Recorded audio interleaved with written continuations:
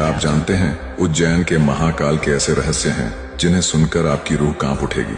Number 1, Ujjain में कोई भी मंत्री, नेता या किसी भी देश का राजा रात में रुक नहीं सकता, क्योंकि कहते हैं उज्जैन का राजा सिर्फ एक ही है और वो है हमारे महाकाल। जो भी रुकता है उसकी सत्ता अगले ही दिन गिर जाती है। नंबर 2, महाकाल मंदिर के सामने कभी भी बारात नहीं निकलती, क्योंकि कोई भी व्यक्ति महाकाल के सामने घोड़े पर सवारी नहीं करता।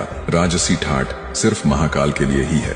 नंबर 3, महाकाल की आरती भस्म से की जाती है, यानी मृत्यु का भी महोत्सव यहाँ जीवन का प्रतीक बन जाता है। नंबर 4, कई बार इस मंदिर पर हमला करने की उज्जैन ऐसे कोई भी इंसान नहीं जा सकता है। उज्जैन वो ही जाता है जिसको महाकाल का बुलावा आता है।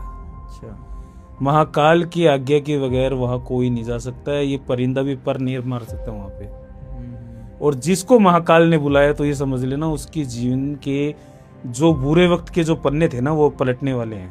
अच्छा। महाकाल उसी को अपने पास बुलाते हैं जिसका जीवन सुधारना होता है, और वही आदि और वही अंत है, ये समझ लो।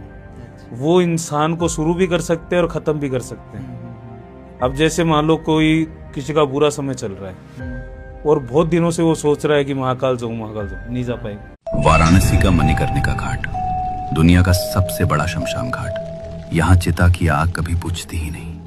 कहा जाता है कि हजारों सालों से यहाँ अग्नि जल रही है, और माना जाता है यह अग्नि खुद भगवान शिव ने प्रज्वलित की थी। लेकिन सबसे रहस्यमयी बात यह है, जिसकी भी चिता यहाँ जलती है उसकी आत्मा कभी ही भटकती नहीं। क्यों? क्योंकि यहाँ के लोगों का विश्वास है कि स्वयं भगवान शिव मरने वालों के कान में मोक्ष मंत्र फूंकते हैं।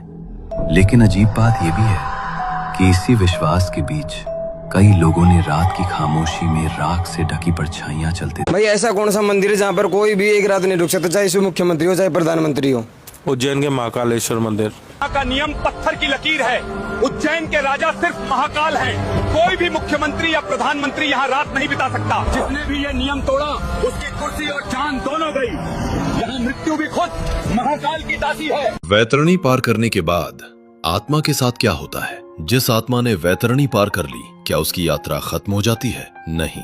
गरुड़ पुराण में वर्णित मृत्यु के बाद की यात्रा में वैतरणी अंत नहीं है। उसके आगे भी एक रास्ता है, एक लंबा रास्ता, जहां आत्मा को अपने किए हुए कर्मों से भागने का कोई अवसर नहीं मिलता। कहा जाता है कि मृत्यु के बाद यमदूत आत्मा को यमलोक की ओर ले जाते हैं। ये यात्रा एक दिन में पूरी नहीं होती। रास्ते में आत्मा अलग अलग स्थानों से गुजरती है। वहां उसे भूख लगती है, प्यास लगती है, अपने परिवार की याद आती है, लेकिन वो वापस नहीं लौट सकती। और फिर वो पहुंचती है एक ऐसी जगह जहां उसके जीवन का पूरा हिसाब पहले से